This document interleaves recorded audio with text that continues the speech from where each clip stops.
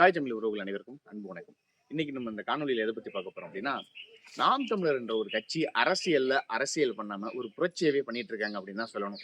கடந்த 2016 சட்டமன்ற தேர்தலில் நாம் தமிழர் கட்சி முதலாக போட்டியிடும் போது என்ன பண்ணாங்க அப்படின்னா, 22 பொது தொகுதிகளில் பட்டியல் சமூகத்தினரை வேட்பாளராக அறிவிச்சிருந்தாங்க. அதுக்கு பின்னால வந்து பாத்தீங்கன்னா 2021 சட்டமன்ற தேர்தலில் 16 இடங்கள்ல பொது தொகுதிகளில் பட்டியல் சமூகத்தினரை வேட்பாளராக அறிவிச்சிருந்தாங்க. இப்போது ஒரு கேள்வி ஒண்ணு எல்லார்கிட்டயும் எழுந்துகிட்டு இருக்கு. நிறைய பேர் அதுக்கு பதிலும் சொல்லிட்டு இருக்காங்க. என்னன்னா, பொது தொகுதிகள்ல பட்டியல் சமூகத்தினரை வேட்பாளரா நிக்க வைக்க முடியல. யாருமே அத செய்ய மாட்டாங்க அப்படின்லாம் சொல்றாங்க. உடனே விசிகே கட்சியை சேர்ந்தவர்கள் சொல்றாங்க, "நாங்களும் 2 தொகுதிகள்ல போட்டிட்டு இருக்கோம். ஆ நாகப்பட்டினத்தில போட்டிட்டு இருக்கோம், திருப்பூரூர்ல போட்டிட்டு இருக்கோம்" அப்படின்னு தகவல் சொல்றாங்க. அப்ப நம்ம அந்த அறிவாளிகளுக்கு நம்ம சொல்ல வேண்டியது என்னவா இருக்குன்னா, 2 பேர் போட்டியிட்டாங்க. அந்த 2 பேருமே நான் தலித்து. நான் கேட்பது, பட்டியல் சமூகத்தை சார்ந்தவர்கள் யாராவது பொது தொகுதிகள்ல போட்டியிட முடியுமா? இதை இந்த திராவிட கட்சிகள் செய்யுமா அப்படின்னு கேட்டா வாய்ப்பே இல்ல. 2026லயும் நாம் தமிழர் கட்சி ஒரு அதிரடியாக ஒரு விஷயத்த பண்றாங்க. என்ன அப்படின்னா, அது விஷயம்னே நம்ம சொல்ல முடியாது. அது நாம் தமிழர் கட்சியினுடைய கடமை. அப்படிதான் அண்ணன் சீமான் அவர்கள் நெறைய இடங்கள்ல சொல்லியிருக்காரு. அண்ணன் சீமான் அவர்கள்ட்ட கூட பர்சனலா நான் பேசும்போது கூட கேட்டேன். ஆனா 2026 சட்டமன்ற தேர்தல்ல நம்ம எத்தனை இடங்கள்ல பட்டியல் சமூகத்தை சேர்ந்தவர்களுக்கு வந்து வாய்ப்புகள் குடுக்க போறோம் அப்படின்னு கேட்கும்போது, அண்ணன் அவர்கள் சொன்னாரு, "இந்த முறையும் கண்டிப்பாக நம்ம 2016, 2021 போலவே இந்த முறையும் நம்ம அதிகமான இடங்கள்ல குடுக்கறதுக்கு வாய்ப்புகள் இருக்கு தம்பி. அது நம்மளுடைய கடமை. அத நம்ம கண்டிப்பா செய்யணும். அது மட்டும் இல்லாம இந்த நாவிதர், வண்ணார், முடித்திருத்தும் மருத்துவர், இந்த குயவர் சமூகத்தினர் இவர்களுக்கும் நம்ம பெரிய அளவுல வாய்ப்புகள் குடுக்கணும். ஏன்னா வேற எந்த கட்சிகளும் இத வந்து பெரிய அளவுல பண்ணுவதும் இல்ல. அவர்களுக்கு ஒரு வாய்ப்பையும் குடுப்பதில்ல. அந்த சமூகத்தினுடைய தலைவர்களை அழைத்து அந்த தேர்தல் சமயத்துல ஒரு சால்வைய போட்டுவிட்டு அவங்களுடைய வாக்குகளை பெற்றுக் கொண்டு இருக்கு. ஆனா நம்மளுடைய கடமை என்பது நம்ம இனத்துக்காக நம்ம செய்யணும். நம்ம இனத்தை சார்ந்த அத்தனை சமூகத்தினருக்கும் நம்ம வந்து தேர்தல்ல வாய்ப்பு குடுக்கணும் அப்படின்னு அண்ணன் சீமான் அவர்கள் பேசியிருந்தாரு. ஆனா இந்த விடுதலை சிறுத்தைகள் கட்சியை சார்ந்தவர்கள்லாம் என்ன சொல்றாங்க அப்படின்னா, "அதெல்லாம் கிடையாதுப்பா. நாங்க 2 தொகுதிகள்ல போட்டியிட்டு இருக்கோம்ப்பா" அப்படின்னு சொல்றாங்களே தவிர, அந்த 2 தொகுதிகள்ல போட்டியிட்ட யாருமே பட்டியல் சமூகத்தை சேர்ந்த வேட்பாளர்கள் கிடையாது. 75 ஆண்டுகளுக்கு மேலாக சமூக நீதி, சமூகம் அப்படின்னு பல விஷயங்கள அதாவது திமுக பத்தி தான் தெரியுமே. நாங்க சமூக நீதி பேசுறோம், சமத்துவம் பேசுறோம், பெண்ணிய விடுதலை பேசுறோம், சாதிகளை நாங்க தான் ஒழித்தோம், நாங்கள் பெரியாரின் வழிவந்த பேரப்பிள்ளைகள்னு என்னென்னமோ உருட்டுவாய்ங்க. 75 வருஷம் ஆச்சு. ஒரு பொது தொகுதியில கூட பட்டியல் சமூகத்தை சார்ந்தவரை இதுவரைக்கும் திமுக நிப்பாட்டினதே இல்லங்கிறது தான் நிதர்சனமான உண்மை. நீங்க வேணா பாருங்க, அண்ணன் ஆர். ராசா அவர்கள் பெரம்பலூர்ல இருக்கும்போது உடனே நீலகிரி வந்து தனி தொகுதியா மாற்றப்பட்ட போது உடனடியாக அண்ணன் ஆர். ராசாவை கொண்டு போய் நீலகிரியில போட்டதாக இருக்கட்டும். இப்படி பல சம்பவங்களை திமுக பண்ணியிருக்கு. கடந்த காலங்கள்ல வன்னியரசு அவர்கள் கூட சொல்லியிருக்காரு, "நீங்கலாம் வந்து பொது தொகுதிகளுக்கு ஆசைப்படலாமா?" அப்படின்னு கலைஞர் கருணாநிதி அவர்கள் பேசினாருன்னு நான் சொல்லல. விசிகேவினுடைய துணை பொதுச் செயலாளர் வன்னியரசு அவர்களே இதுக்கு முன்னாடி ஒரு தொலைக்காட்சியில பேசியிருக்காரு. ஆனா இன்னைக்கு எவ்வளவு வேணாலும் முட்டுக் குடுக்கலாம். அன்னைக்கு பேசுனது பொய்ன்னு ஆயிடாதுல்ல. இப்ப அந்த வகையில வந்து பாத்தீங்கன்னா, 75 ஆண்டுகளுக்கு மேலாக இந்த மண்ணுல திமுகன்ற ஒரு கட்சி இருக்கு. இந்த 75 ஆண்டுகள்ல திமுகன்ற கட்சி ஒரு பொது தொகுதிகள்ல ஒரு பட்டியல் சமூகத்தை சார்ந்தவரை வேட்பாளரா நிப்பாட்டியிருக்கான்னு கேட்டா இல்ல. ஆனா இவங்க தான் சாதிய ஒழிப்பு பேசுவாய்ங்க, சமத்துவம் பேசுவாய்ங்க, சமூக நீதி பேசுவாய்ங்க. உங்க நீதியில கொள்ளிய வைக்க என்னத்த நீதிய பேசி புடுங்கிட்டீங்க? ஒண்ணுமே கிடையாது. ஒரு எளவும் கிடையாது. உண்மையா நீங்க பாருங்க. எத்தனையோ இந்த சாதிய ஏற்றத்தாழ்வுகள், சாதிய பிரச்சனைகள், சாதிய ஆணவ படுகொலைகள் இன்னமும் நடந்துகிட்டு இருக்குன்னா, அது திமுகவினுடைய ஆட்சி காலத்துல தான். திமுகன்ற ஒரு கட்சி சாதிய ஒழிச்சிருச்சான்னு கேட்டா கிடையவே கிடையாது. சாதியை வைத்து எப்படி அரசியல் பண்ணலாங்கிறத ரொம்ப தெளிவா வச்சிருக்கோம். இப்போ ஒரு உதாரணத்துக்கு ஐயா ராமதாஸ் அவர்கள் ஒரு திமுகவ பத்தி ஒரு விமர்சனம் பண்றாருன்னு வச்சுங்களேன். அதுக்கு எதிர்க்கருத்து யார் சொல்லணும்? அந்த கட்சியினுடைய தலைவராக இருக்கக்கூடிய ஐயா மு.க. ஸ்டாலின் சொல்லணும். இல்லன்னா உதயநிதி அவர்கள் சொல்லணும். அவர்கள்லாம் சொல்ல மாட்டாங்க. அதே சமூகத்தைச் சேர்ந்த ஐயா துரைமுருகன் அவர்களையோ, இல்ல எம்.ஆர்.கே. பன்னீர்செல்வம் அவர்களையோ வைத்து தான் பதில் சொல்லுவாங்க. அப்ப என்னன்னா, அண்ணன் திருமாவளவன் அவர்கள் எப்பதாவது திமுக மீது ஒரு விமர்சனம் வச்சுட்டாருன்னு வச்சுக்கங்களேன், ஐயா ஸ்டாலின் அவர்களோ, இல்ல உதயநிதி அவர்களோ பேச மாட்டாய்ங்க. உடனே ஆர். ராசா எங்கப்பா இருக்காரு? தூக்கிட்டு வா அப்படின்னு ஆர். ராசாவை வைத்து பதில் சொல்லுவாய்ங்க. இதுதான் திமுக புடுங்கிய சமூக நீதி. அப்ப நமக்கு என்ன ஒரு கேள்வி வருதுன்னா, 75 ஆண்டுகள் இந்த மண்ணுல இருக்கக்கூடிய இந்த திமுக என்ற ஒரு கட்சி, எத்தனை பொது தொகுதிகள்ல பட்டியல் சமூகத்தை சேர்ந்தவர்களுக்கு வாய்ப்பு குடுத்திருக்குன்னு ஒரு கேள்வி இருக்குல்ல. அதை ஒருபோதும் சமூக நீதி காக்கக்கூடிய திமுகன்னு வெளியில தண்டாளம் அடித்து, பட்டாளம் அடித்துக் கொள்ளக்கூடிய, தற்பெருமை பேசிக் கொள்ளக்கூடிய திமுக ஒருபோதும் செய்யாது. இந்த மண்ணை சார்ந்த ஒருவன் தான் அதை செய்ய முடியும் அப்படின்னா, இந்த மண்ணையும், மக்களையும் ஒருவன் நேசிக்கிறான். இந்த மண்ணில் இருக்கக்கூடிய அனைத்து உயிர்களுக்குமான அரசியல் ஒருவன் பேசுகிறான். இங்கு இருக்கக்கூடிய அனைத்துவரையும் நான் வந்து சாதியாக, மதமாக பார்ப்பதில்ல. அனைவரையும் நான் தமிழனாக பார்க்கிறேன்னு சொல்லக்கூடிய சீமானால் மட்டும் தான் இது செய்ய முடியும். இது சாத்தியப்படுத்த முடியும். கடந்த காலங்கள்ல அம்மையார் ஜெயலலிதா அவர்களே சபாநாயகராக ஒரு பட்டியல் சமூகத்தைச் சேர்ந்தவர் ஐயா தனபால் அவர்களை வந்து சபாநாயகராக நியமித்திருந்தார். இது நம்ம பல தகவல்கள நம்ம இதுல இருந்து நெறைய பார்த்திருப்போம். நெறைய நம்ம அத பேசியிருப்போம். ஆனா இந்த தேர்தல் சமயங்கள்ல திமுக இத பண்ணுதா? அப்படின்னு கேட்டா திமுக இதெல்லாம் பண்ணாதுங்க. திமுக என்னங்க பண்ணும்னா, சாதிய வச்சு அரசியல் பண்ணுங்க. சாதிய கட்சி வச்சிருக்கிறவங்கள நம்ம கூட வச்சுக்கிட்டு ஆளுக்கு 2 ஓட்டு, 2 சீட்டு, 3 சீட்டு இத குடுத்து இந்த திமுக வந்து எப்போதுமே கைக்குள்ள வச்சுக்கும். ஆனா திமுக வந்து சாதி ஒழிப்பு பேசும். இப்ப KKSSRலாம் இருக்காருல்ல, அவர்லாம் என்ன பண்ணுவாரு, உடனே போய் ரெட்டியார்கள் மாநாட்டுல கலந்துப்பாரு. இவர் KN நேரு அவர்கள் போய் கலந்துப்பாரு. கனிமொழி அவர்கள் போய் கலந்துப்பாங்க. இப்படி பல தரப்பினர் கலந்துப்பாங்க. திடீர்னு ஐயா ஸ்டாலின் அவர்களை யாராவது பார்க்க வந்தாங்கன்னா, "வாங்க கவுடாவா?" அப்படிலாம் கேட்பாரு. ஐயா ஸ்டாலின் கேட்டிருக்காரு. அந்த காணொளிலாம் இருக்கு. அது எல்லாருக்குமே தெரியும். அப்ப இவங்க என்ன பண்ணுவாங்கன்னா, தன்னுடைய பேருக்கு பின்னால சாதி அடையாளத்தை போடுவதை மறைச்சுக்கிட்டு, இங்க யார் தமிழர், யார் தெலுங்குங்கிறதே கிடையாது. ஆனா பேர மட்டும் பாருங்களேன், தமிழ்வாணன், தமிழ் குமரன், தமிழ் செல்வன் அப்படின்னு பேர் வச்சுப்பாய்ங்க. ஆனா பார்த்தா தமிழனா இருக்க மாட்டான். என்னடா இது இப்படிலாம் இருக்காய்ங்களே அப்படின்னு பார்த்தோம்னா, அதுக்கப்புறம் எடுத்து நோண்டி பார்த்தா தான் தெரியும், அவன் மனவாடுவா, ஏபி செப்பிஸ்தானும் அப்படிங்கிற மாரி ஆயிடும். இதுதான் இங்க தொடர்ச்சியா இந்த மண்ணுல நடந்துட்டு இருக்கு. அப்ப ஒரு தேர்தல் என்பது மக்களுக்கான ஒரு விஷயத்த நம்ம பண்றதுக்காக அந்த தேர்தல நம்ம போட்டியிடுறோம். ஒரு மக்கள் ஒரு ஆட்சியாளர்களை தேர்ந்தெடுக்கிறாங்க. ஆனா சில கட்சிகள் என்ன பண்ணுவாங்க அப்படின்னா, எங்ககிட்ட இவ்வளோ சாதி ஓட்டு இருக்குங்க. எங்களுக்கு ஒரு 2 சீட்டு குடுங்க. நாங்க இவ்வளோ சாதி ஓட்டு வச்சிருக்கோம். எங்களுக்கு ஒரு 3 சீட்டு குடுங்க. ஏங்க நாங்க ஒரு மிகப்பெரிய மத கட்சிங்க. நாங்கலாம் கரெக்ட்டா வந்து பார்த்தீங்கன்னா, எல்லா இஸ்லாமியர்களையும் நாங்க ஒரு பக்கமா திரட்டி வச்சிருக்கோங்க. அவர்கிட்ட இருக்கிற இஸ்லாமியரை விட என்கிட்ட இஸ்லாமியர்கள் அதிகமா கூட்டம் இருக்காங்கங்க. தேர்தல் சமயத்துல இந்த ஜவாஹிருல்லா போன்ற ஆட்கள்லாம் தேர்தல் சமயத்துல வந்துருவாய்ங்க. தலையில ஒரு குல்லாவ மாட்டிக்கிட்டு. அப்படியே வந்துட்டு என்ன அஸ்லாம் அலைக்கும் பாய் அப்படின்னு திமுகவை பார்த்துட்டு சலாம் அலைக்கும் என்ன எப்படி இருக்கீங்க நல்லா இருக்கீங்களா ஏங்க போன தேர்தலில் 2 சீட்டு கொடுத்தீங்க அதுவும் பாருங்க ஒன்று வந்து பாபநாசம் ஒன்று மணப்பாறை இந்த தடவை எப்படி 4 சீட்டா அப்படின்னா 4 சீட்டா இல்லைங்க 2 சீட்டு வேணா தரங்க அப்படின்னா ஆமா ஆமா உங்களை விட்டா எனக்கும் வேற ஆள் இல்லைங்க ஏன்னா பிஜேபியோட அதிமுக கூட்டணி போச்சு சீமானுக்கு எப்படி இஸ்லாமியர்கள் ஓட்டு போட மாட்டாங்க தனிச்சு நின்றா ஒரு பயம் மதிக்க மாட்டான் இந்த இருக்கிற கூட்டத்தை வச்சு ஏதோ உங்ககிட்ட ஒரு 2 சீட்டு வாங்கிட்டு போலான்னு வந்துன்னு சொல்லிட்டு இந்த தேர்தல் சமயத்தில் ஜவாஹிருல்லா போன்ற இஸ்லாமிய மதத்தை வைத்தும் மார்க்கத்தை வைத்தும் அரசியல் செய்யக்கூடிய எச்சைகள் என்ன பண்ணுவாங்கன்னா இந்த தேர்தல் சமயத்துல வந்து 2 சீட்டு 3 சீட்டு இந்த பண்ணி திமுக கிட்ட வாங்கிட்டு ஒட்டுமொத்த இஸ்லாமியர்களும் கொண்டு போய் அடகு வைத்த மாரி ஒரு பில்டப் பண்ணிப்பானுங்க ஆனா உண்மையாக நீங்க பாருங்க இஸ்லாமியர்கள் திமுகவின் பக்கம் இருக்கார்களா இல்ல ஜவாஹிருல்லாவின் பக்கம் இருக்கார்களா அப்படின்னு கேட்டா இல்லவே இல்லை ஆனா இவங்க என்ன பண்ணுவாங்கன்னா இஸ்லாமியர்களுக்கு நாங்க தான் பாதுகாப்பு சிறுபான்மை மக்களுக்கு நாங்க தான் பாதுகாப்பு நாம் தமிழர் என்ற ஒரு கட்சிக்கு நீங்க ஓட்டு போட்டீங்கன்னா பிஜேபி உள்ள வந்துடும் சொல்லி சொல்லி ஏமாத்தி இந்த மாதிரி எச்சத்தனமான வேலைகள்லாம் பார்ப்பாங்க இப்ப கடந்த காலத்துல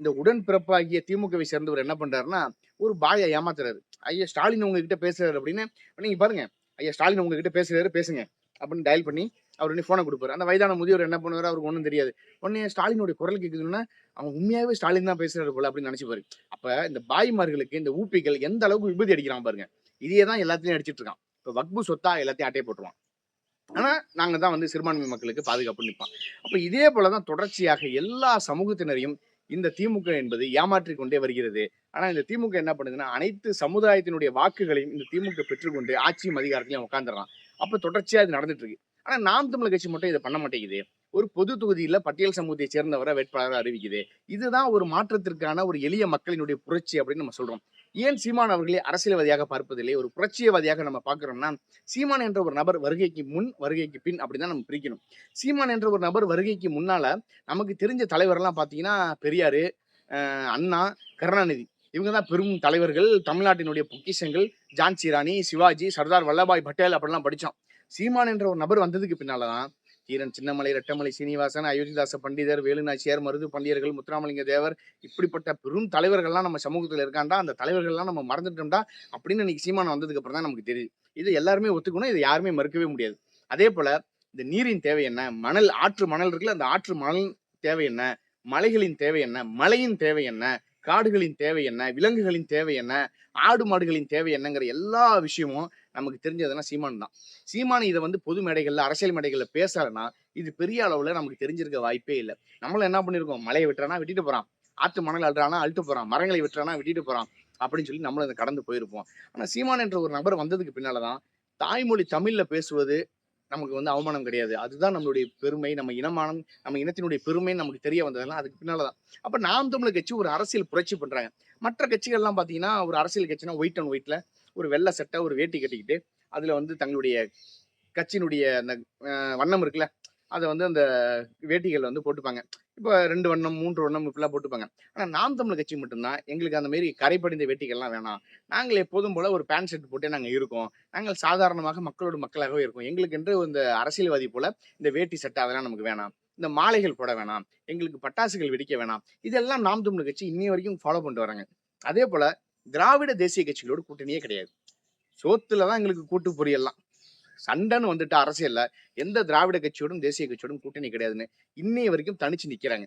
அப்ப என்னன்னா நாம் தமிழர் கட்சியை மக்கள் ஆதரிக்க வேண்டும். நாம் தமிழர் கட்சியினுடைய ஒவ்வொரு செயல்பாடுகளையும் அவர்கள் பேசக்கூடிய ஒவ்வொரு கருத்திலையும் இந்த பொதுமக்களாகிய எல்லாருமே அதை பார்க்கணும். பார்த்துட்டு தேர்தல் சமயங்கள்ல எத்தனையோ கட்சிகள் என்ன பண்ணுவாங்க, நாங்க இத்தனை விஷயங்கள் நாங்க செய்வோம். வந்தா சைக்கிள் தருவோம், மிக்ஸி தருவோம், கிரைண்டர் தருவோம், இலவச லேப்டாப் தருவோம்னு சொல்லுவாங்க. ஆனா நாம் தமிழர் கட்சி 2016 தேர்தல்ல நிக்கும்போதே தேர்தல் செயல்பாட்டு வரைவு திட்டம்ங்கிற ஒண்ணு குடுத்திருக்காங்க. அந்த தேர்தல் செயல்பாட்டு வரைவு திட்டத்த தயவு செய்து ஒரு முறை எடுத்து படிங்க. அந்த தேர்தல் செயல்பாட்டு வரைவு திட்டத்த நாம் தமிழர் கட்சியை சார்ந்தவர்கள் மட்டுமல்ல, பொதுமக்கள்ட்ட கொண்டு போய் குடுங்க. எத்தனையோ நம்ம விஷயங்களுக்கு வீணா பணத்த செலவு பண்றோம். அப்ப என்ன பண்ணுங்க, நாம் தமிழர் கட்சி தேர்தல் செயல்பாட்டு வரைவு திட்டம் 2016ல போட்டிருக்காங்க. முடிஞ்ச அளவுக்கு அத வாங்கி, அத கொண்டு போய் பொதுமக்கள்ட்ட குடுத்து தயவு செஞ்சு படிங்க. அப்படின்னு பொதுமக்கள்ட்ட குடுத்தீங்கன்னா, அவங்க பார்ப்பாங்க. பார்க்கும்போது, ஓ! இவ்வளவு பெரிய திட்டங்கள்லாம் நாம் தமிழர் கட்சி குடுத்திருக்கா அப்படின்னு. இப்ப நீங்க பாருங்க, தரமான மருத்துவமனை இங்க இருக்கான்னு கேட்டா இல்ல. தரமான கல்வி இருக்கான்னு கேட்டா இல்ல. தரமான குடிநீர் கிடைக்குதான்னு கேட்டா இல்ல. அப்ப என்னன்னா, இது 3ம் தான் ஒரு மனிதனுக்கு ரொம்ப முக்கியமாக இருக்கு. அப்ப இந்த 3க்காக தான் நம்ம பெரிய அளவுல போராடுறோம். ஒரு மருத்துவ செலவா உடனடியாக அரசு மருத்துவமனை தரமற்ற மருத்துவம் கிடைக்குது. தனியார் மருத்துவமனைக்கு போனா பல லட்சம் கேட்கறான். இப்ப அரசு பள்ளிக்கூடங்கள்ல கல்வி ரொம்ப தரமற்ற முறையில இருக்கு. அரசு கல்லூரிகள்ல தரமற்ற முறையில மருத்துவம் இருக்கு. இப்படி பல விஷயங்கள் நம்ம தொடர்ச்சியாக பார்த்துட்டு இருக்கோம்.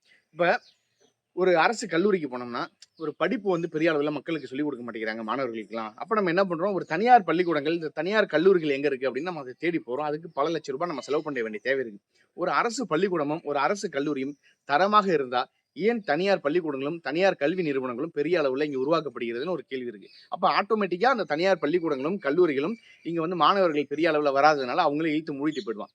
ஆனா இங்க அரசு பள்ளிக்கூடங்கள் சரியில்லையே. அதான் இன்னைக்கு அ அன்பில் மகேஷ் அவர்கள் சொல்றாரு, பிறப்பு விகிதம் குறைஞ்சு போச்சு.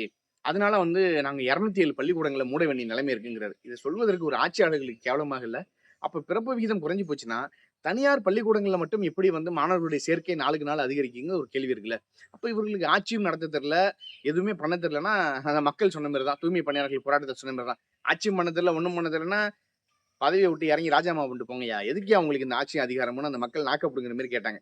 அப்ப தேர்தல் சமயங்கள்ல இவங்க என்ன பண்ணுவாங்க அப்படின்னா, இஸ்லாமியர்களுடைய வாக்குகளையும், கிறிஸ்தவர்களுடைய வாக்குகளையும், பிற சமுதாயத்தினுடைய வாக்குகளையும் பெறுவதற்காக அந்தந்த மதத்தை சார்ந்தவர்களும், அந்த சாதியை சார்ந்த தலைவர்களையும் கூப்பிட்டு ஒரு பொன்னாடை போர்த்தி, அவர்களை தங்கள் கூட்டணிக்குள்ள வைத்துக் கொண்டு அந்த வாக்குகளை அறுவடை செய்து கொண்டிருக்கிறது இந்த திமுக போன்ற இந்த திருட்டு திராவிட கட்சிகள். அப்ப நம்ம என்ன சொல்றோம்னா, தமிழ் தேசிய என்ற ஒரு கட்சி தான் அவனை சாதியாக பார்க்காமல், மதமாக பார்க்காமல், என் இனத்தவனாக, ஒரு தமிழனாக நினைத்து எல்லா இடங்களையும் வாய்ப்பு குடுக்குது. நெறைய இடங்கள்ல இப்ப நீங்க பாருங்க, ஒரு தேர்தல்ல போட்டியிடணும்னா குறைஞ்சபட்சம் ஒவ்வொரு கட்சிகளும் என்ன கேட்குது? எனக்கு எத்தன கோடி தருவ? தொகுதிக்கு எவ்வளவு செய்வ? உன்கிட்ட எவ்வளவு காசு பணம் இருக்கு? இதுதானே. ஆனா நாம் தமிழர் கட்சி அப்படி இல்ல.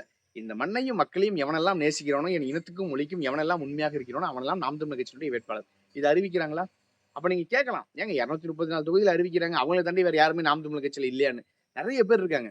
யாருக்கு வாய்ப்பு குடுப்பது? ஒவ்வொரு முறையும் ஒவ்வொரு புதியவர்களுக்கு வாய்ப்புகளை நாம் தமிழர் கட்சி கொடுத்துக் கொண்டே இருக்கிறது. அதேபோல அனைத்து சமூகத்தை சேர்ந்தவர்களுக்கும் வாய்ப்புகளை கொடுக்கிறது. உடனே இவங்க சொல்லுவாய்ங்க, சீமான் தான் சாதி பார்த்து ஓட்டு போடாதன்னு எனக்கு சொல்லிட்டாரே. அப்புறம் எப்படிங்க சாதி பார்த்து சீமான் தேர்தல்ல ஆள நிப்பாட்டுறாருன்னா, அப்ப நமக்கு என்ன தோணும்? டேய் பைத்தியம் மாரி கேள்வி கேட்கிறியேடா! அப்ப நான் என்ன கேட்கிறேன்னா, இப்ப திமுக சாதிய ஒழிச்சிருச்சு. சரி ஒழிச்சிருச்சு. எப்படி பொது தொகுதிகள்ல பட்டியல் சமூகத்தினர நிப்பாட்டாம தனி தொகுதிகள்ல கொண்டு போய் கரெக்ட்டா நிப்பாட்டுது திமுக? விசிகக்கு எப்படி கரெக்ட்டா 4 தொகுதி குடுத்தீங்கன்னா 2 தனி தொகுதி, 2 பொது தொகுதி குடுக்குறாங்க. எதன் அடிப்படையில? திமுகவே இன்னும் சாதிய ஒழிக்கலையேப்பா! இந்த கேள்வி நமக்கு வருதா இல்லையா? அப்ப இந்த எச்சத்தனமான, கேவலமான, இழிவான, இந்த மாரி முட்டாள்தனமான கேள்விகள தயவு செஞ்சு ஒருபோதும் கேட்காதீங்க. அதேபோல விசிகவை சேர்ந்த நண்பர்கள், என்னுடைய எல்லாம் அங்க இருக்கிறவன் யாரு? நம்ம அண்ணன், தம்பி, அக்கா, தங்கச்சி தானே இருக்காங்க. அவர்கள்ட்டயும் சொல்வது ஒண்ணே ஒண்ணு தான். தயவு செஞ்சு இந்த பொது தொகுதிகள்ல விசிக நின்னுச்சு, பொது தொகுதிகள்ல விசிக நின்னுச்சுன்னு தம்பட்டம் அடிக்காதீங்க. பொது தொகுதிகள்ல போட்டியிட்டீங்க. அங்க போட்டியிட்ட வேட்பாளர் பட்டியல் சமூகத்தை சார்ந்தவரா? அதுதான் கேள்வி. அண்ணன் திருமாவளவன் அவர்களை ஏன் தொடர்ச்சியாக சிதம்பரத்துல தனி தொகுதிகளிலே திமுக சீட்டு குடுக்குது? ஏன் அண்ணன் திருமாவளவன ஒரு பொது தொகுதியில நிப்பாட்டலாமே? மயிலாடுதுறையில நிப்பாட்டலாம், தஞ்சாவூர்ல நிப்பாட்டலாம், இல்ல வேற எங்காவது சென்னையில ஒரு தொகுதியில குடுக்கலாம், திமுக குடுக்கலாம். பாராளுமன்றத்துல நிக்க வச்சு அண்ணன் திருமாவளவன் அவர்களை வெற்றி பெற செய்யலாம். சமூக நீதி பேசக்கூடிய திமுக இத செய்யலாம்ல? ஏன் செய்ய மாட்டேங்குது? உட்காரம் வந்தாலே பிளாஸ்டிக் சேர் போடுற திமுக எப்படிப்பா பொது தொகுதிய குடுக்கும்? இது என்னப்பா கேள்வி? இதுல வேற அண்ணன் திருமாவளவன் இடையில ஒரு விஷயம் பேசியிருந்தாரு. அத நான் பேசணும்னு நெனச்சேன். அதையும் பேசிர்றேன். தூய்மை பணியாளர்களுடைய பணி நிரந்தரம் என்பது தவறானது. அது குலத்தொழிலாக போயிடுது. அவங்க தொடர்ச்சியாக அத பண்றாங்க. அது அடிமை சாசனம் எழுதி குடுத்த மாரி ஆயிடுதுங்கிறாரு. அப்ப நம்ம என்ன கேட்கிறோம்னா, கருணாநிதி, ஸ்டாலின், அடுத்து உதயநிதி, அடுத்து இன்பநிதின்னு தொடர்ச்சியா அவங்க குடும்பத்தை சார்ந்தவங்களே தலைவர் ஆகுறாங்களே தலைவரே! அது அடிமை சாசனம் இல்லையா தலைவரே? அது குலத்தொழில் இல்லையா தலைவரே? ஏன் தலைவரே இப்படி தப்பு தப்பா பேசுறீங்க? பாருங்க உங்க கூட தான் இருக்காங்க கம்யூனிஸ்ட் கட்சி. அவங்கலாம் எவ்வளவு விவரமா பேசுறாங்க. உங்களுக்கு கொஞ்சமாவது விவரமா பேச தெரியுதா தலைவரே? போங்க. திமுக கூட கூட்டணி வச்சதுலேருந்து எங்க அண்ணன் திருமாவளவனுக்கு என்ன பேசணும்னே தெரியல. ஏதோ புலம்பி தள்ளுறாரு. அப்ப நாம் தமிழர் என்ற ஒரு கட்சிய பார்த்தாலே சில பேருக்கு இங்க எரியுது. அதுதான் நடக்குது. அப்ப நாம் தமிழர் கட்சி எப்படி ஒரு தனித்துவ அடையாளமாக, எப்படி வந்து பொது தொகுதிகள்ல பட்டியல் சமூகத்தினருக்கு வாய்ப்பு தராங்க, ஒரு திருநங்கைகளுக்கு வாய்ப்பு தராங்க. இப்ப நீங்க பாருங்க, கடந்த ஆர்.கே. நகர் இடைத்தேர்தல்ல அம்மையார் ஜெயலலிதா அவர்களை எதிர்த்து திருநங்கை அவர்கள் போட்டிட்டாங்க. அந்த தேர்தல்ல பொது தேர்தல்ல. தேவி என்ற ஒரு அக்கா நாம் தமிழர் கட்சியில போட்டிட்டாங்க. அப்ப நாம் தமிழர் கட்சியில திருநங்கைகளுக்கு வாய்ப்பு குடுத்ததும் நாம் தமிழர் கட்சி தான். இன்னும் சொல்லணும்னா, இந்த குயவர், வண்ணார், நாவிதர் இப்படி சொல்லக்கூடிய சமுதாய மக்களுக்கும் நெறைய இடங்கள்ல வந்து நாம் தமிழர் கட்சி வாய்ப்பு குடுக்குது. வேற எந்த திராவிட கட்சிகள் வாய்ப்பு குடுக்குது? யாருமே வாய்ப்பு குடுப்பதில்ல. இந்த சமூகங்களை எல்லாம் புறக்கணிச்சிடுறாங்க. அப்ப தொடர்ச்சியாக நாம் தமிழர் கட்சி அரசியலில் ஒரு புரட்சியை செய்து கொண்டிருக்கு. அப்ப புரட்சி செய்யக்கூடிய இந்த நாம் தமிழர் கட்சிய ரொம்ப தவறாக விமர்சனம் பண்ணி இணையதளங்கள்ல எழுதுவது, அவர்கள் வந்து அப்படி இப்படின்னு பேசுவது, இதெல்லாம் ரொம்ப தப்பு. நாம் தமிழர் கட்சி ஒரு குருதி கொடை பாசறைன்னு ஒரு பாசறைய வச்சிருக்கு. ஆனா பாருங்க, இன்னைக்கு தமிழ்நாட்டுல அதிகமான ரத்த தானங்கள் பண்ண இடத்துல முதல் இடத்துல நாம் தமிழர் கட்சி இருக்கு. ஒரு ரத்த தானம் தேவையா? உடனடியாக நாம் தமிழர் கட்சியினுடைய குருதி கொடை பாசறையை தொடர்பு கொண்டீங்கன்னா, தமிழ்நாட்டில் எந்த மூலையில் இருந்தாலும் உடனே குருதி கிடைக்கும். அந்த ரத்தம் கிடைக்கும். இப்ப அந்த அளவுக்கு ஒரு கட்டுப்பாடோட ஒரு ஒரு கட்சிய வந்து நாம் தமிழர் கட்சி உருவாக்கிட்டு இருக்கு. அண்ணன் சீமான் அவர்கள் உருவாக்கிட்டு இருக்காரு. அப்ப என்னன்னா, ஒரு தேர்தல் என்பது மக்களுக்காக எப்படிலாம் நம்ம நல்லது செய்யணும், இந்த மண்ணுக்கும் மொழிக்குமாக என்ன நல்லது செய்யலாம், இந்த இனத்துக்கு என்ன நல்லது செய்யலாம்னு தான் வரும். ஆனா இந்த திருட்டு திமுக என்ன பண்ணுது, எப்படி ஊழல் பண்ணலாம், எதுல கான்ட்ராக்ட் எடுக்கலாம், எதுல கலெக்ஷன் பார்க்கலாம், எதுல கரெக்ஷன் பண்ணலாம், எதுல கமிஷன் வாங்கலாம் தான் நிக்குது. அப்ப இங்க திராவிடம் தேவையா, தமிழ் தேசியம் தேவையா என்பதை மக்களாகிய நீங்கள் தான் இங்க முடிவு பண்ணணும். மீண்டும் ஒரு காணொளியில் சந்திப்போம். நன்றி, வணக்கம்.